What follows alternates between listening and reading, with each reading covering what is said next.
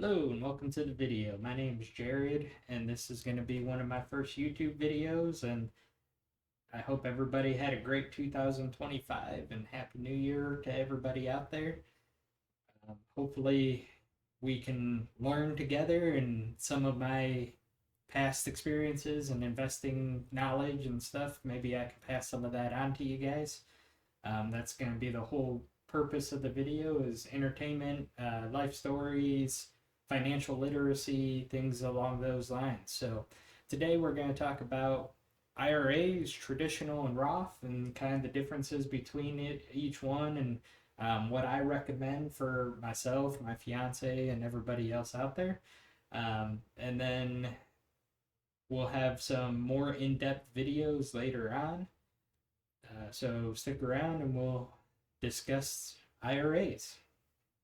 So one of the biggest IRA changes for 2026 is going to be a increase in contribution limit to $7,500 from $7,000, and 401k contributions also increased to 24,500 from 23,500. I figured I'd throw that in there since it changes at the same time. So these are for 2026 as well.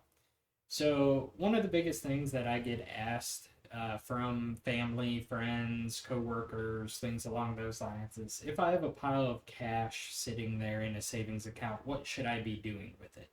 And anywhere you look across the internet, everybody's going to kind of push you towards an IRA, 401ks, individual investment accounts. And IRAs are a great solution for a lot of people for investing and tax incentivized investing, should say that, and saving for retirement. So IRA is actually individual retirement account. So when they say that, that's exactly what it means. So it's your own version, personalized version of a retirement account. So we'll cover the differences in between the Roth and the traditional here. We're going to start with the Roth IRA and explain what that is, and then explain the traditional a little later on. So once again, as I said in the beginning of the video, $7,500 is the new yearly contribution limit. That's going to be that way across all of your IRAs combined. So you can have multiple IRAs, but at the end of the year, you can only have contributed $7,500 to all of them. So with the Roth IRA, any contribution that you put in, you can withdraw at any time, tax-free, penalty-free. And the idea behind a Roth IRA is it is after-taxed money. You can only get taxed on money once, or so they say. And so you put the money in after taxes, so when you go to withdraw the money, there is no taxes on the money and the earnings from said money. So you invest the money, it grows over 20, 30, 40 years. It's time for you to start making withdrawals, and you pull that money out and you don't have to pay taxes on it. It's kind of a nice thing. Most of the accounts that are retirement kind of focused is going to have some kind of tax incentive, and that's the tax incentive here. There is a 5-year rule on earnings. So even though you can withdraw your contributions at any time, you have to wait 5 years on earnings to be able to withdraw those penalty and tax free as well. So you can put in $7,500 this year. Next year, you can take out $7,500. Anything that you earned, if you pull that out, you will have a 10% penalty, and you will have to potentially pay taxes on it. So the idea is for it to stay in there for a while, not to constantly put money in, take money out. That's why a lot of people don't really talk about that. The idea is to set yourself up for retirement. So once you move the money into the IRA, and this is one of the stories that I like to tell people. Back when I was in my early 20s, I opened up a Roth IRA through Fidelity. Kind of just went along with YouTubers saying this is what you need to do. Didn't really put in the time and the effort to figure things out. And so I put in $6,000.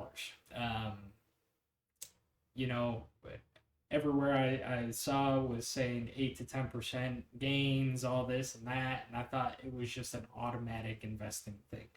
They do have that. Normally, you have a financial advisor, and they kind of take care of that stuff for you.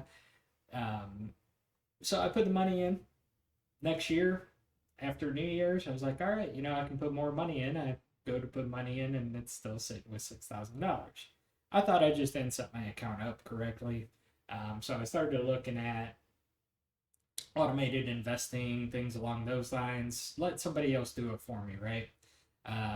So thought I fixed that, didn't. Another year goes by, and now all of a sudden I go to contribute more, and I have $12,000 sitting there. I was like, well, that sucks. I put all this money in there. I could have used that somewhere else, whatever, and realized that the only mistake there was my own. So when you put the money in, more than likely you have to invest it yourself. Just remember that when starting an IRA, that you may have to go in there, and after you make the contribution, everything hits. You may need to invest it into some ETFs or something along those lines. I'll have a later on video on investing in stocks, ETFs, mutual funds. So moving on from that, just make sure you're putting the money towards something in order for it to actually grow. When you pull money out at the end of whatever it is, so if you want to start pulling out at 59 and a half years old, like most other retirement accounts, then it counts as income, but it isn't taxed. I'll get into tax brackets and something in another video later on as well, so that way people can kind of understand that a little bit more. But it still counts as income even though it's not taxed. So if you have other streams of income, it may raise the tax bracket on those, something along those lines. But it's still nice to have income that you know what you're actually going to take home. You don't have to kind of guess, and you don't have to have Uncle Sam taking their dollar bill from you either. So there is a limit on how much you earn per year to be able to contribute directly to a Roth IRA. That one is $150K for single filers and $242,000 for joint filers. They can no longer directly contribute. You can put it into a traditional and do a backdoor Roth as long as you follow the pro rata rule and the other rules and things along those lines. Once again, I'm not a financial advisor, so I don't know everything about it, but we are going to look into it and do a deep dive in another video and see how it really works to hopefully be able to save some people from making mistakes and help them grow and become more knowledgeable, and myself as well. So at the end of it, with the Roth IRA, it's always recommended to do passive contributions and passive investing. When I say that, the ETFs, the mutual funds, not the individual stocks where you got to watch it like a hawk. And then passive contributions is always going to be a huge thing for most people. Dollar cost averaging in and making sure that you're putting in how much you want at the end of the year. But if it becomes automated and you kind of forget about it, then you're investing without even having to put the thought into it. And it just comes out every single week. So, or bi-weekly, monthly, whatever it is you need to set yourself up for. So we're going to move into the traditional IRA. So the traditional IRA, the account is going to be essentially the same. You can invest into the same things as a Roth IRA. It just has a different tax incentive behind it, right? So the money for a Roth is taxed first, not taxed later. A traditional IRA it's not taxed now, it's taxed later. So it's kind of the opposite. So it's still the $7,500 yearly contribution limit. Once again, if you have multiple IRAs, it's $7,500 total, not per account. You can have multiple accounts. Your contributions, though, can be claimed as a deduction at the end of the year on your taxes.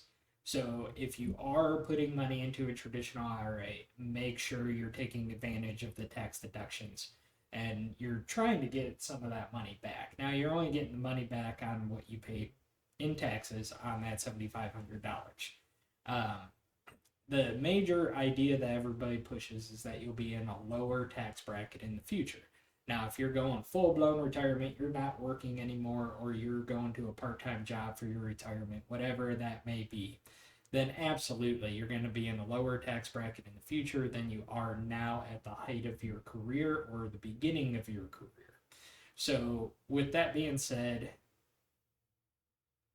it is a good thing to think about for the future, but most of us don't know where we're going to be next year, let alone 20, 30 years down the line. So it's a good concept. I just don't necessarily think or believe that it actually is going to be the case for everybody. You start buying rental properties, you start making income from those. It may not be necessarily in a lower tax bracket. You may be in an equivalent. You might be in one lower, something along those lines. But the idea is that you will pay less in taxes later on in life than you would right now. And that's one of the major things about a traditional is it keeps more money in your pocket now due to the tax deductions. Maybe not today, but when you claim your taxes, you might get a few extra $100 back. You cannot withdraw any contributions, any earnings, anything along those lines early without taxes and a 10% penalty. So if you think you're just going to use this as a savings account, that's not necessarily how it works. You're going to lose money in the long run on it. The idea is for you to wait until 59 and a half, and then you can start taking out your money. There is no salary cap on when you can contribute to an IRA, a traditional IRA. Make sure I correct that. So you can make $1 million, you can make $20. It don't matter. You can contribute to a traditional IRA. So there is a deduction limit on the traditional IRA that I do want to bring up just because it does directly affect what we are discussing in this video. Once again, right here on the screen, you can see it. I pulled this right off of, IRS website and some definitions off of Google. But your ability to deduct the contributions depend on your modified adjusted gross income and your tax filing status. So when I'm saying that, it means that if you can make a full deduction if your modified adjusted gross income is $79,000 or less for single. If it is more than $79,000 but less than $89,000, you get a partial. And if you make $89,000 or more when you file your taxes, you will not be able to deduct the money. Now that increases when you're married filing jointly or married filing separate. Everything kind of changes when you start looking at the other ways that you can file, which I have it all there in the chart for you.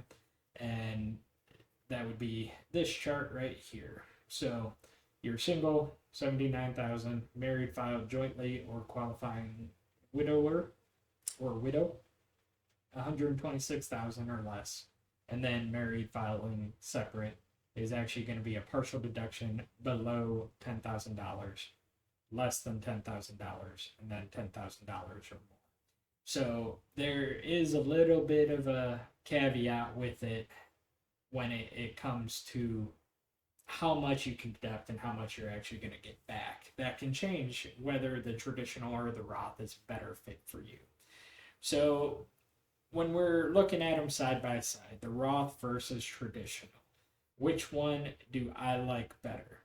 I like the Roth as a younger individual, and for most people, I believe the Roth is going to be the right fit. Paying your taxes now, you're paying it now, you're eating that expense but your money gets to grow tax free. And when you start talking about growing tax free, on average S&P 500 8 to 10%. You're doubling your money every 7 to 8 years. And when you start talking about doubling your money every 7 to 8 years, and you're going to start withdrawing 3 or 30, 40 years away because you're at a younger age and or younger stage in your investing future, then you can really start talking about a lot of money at the end that you can withdraw tax free. And you are also able to remove or pull out your contributions, withdraw those if you ever got into a financial bind, medical reasons, something along those lines. The money's not locked up behind a 10% penalty. That can be a big thing. I'm not suggesting anybody go drain their Roth account. You're actually going to be doing yourself more harm than good in most cases. There are going to be a few cases that you can withdraw the traditional without the 10% fee, but that's going to be due to medical, death, buying a house. They're very specific things that you need to look into before doing it. The traditional does reduce your taxes now, and there is that $150,000 cap. That can change what you're able to do depending on what point of your career you're at. But for most people, the Roth is going to be the way to go. The tax incentive is too great. There's reasons why we're capped on how much we can actually invest into these IRAs yearly. And it does keep growing, which just tells you that you're going to need more money in retirement than you did the previous year. And so if you got any kind of knowledge out of the video, make sure you stick around and watch some of the other videos. Hit the like button, share with friends and family if it was any kind of knowledgeable or useful to you. And then stick around for the next video. Bye.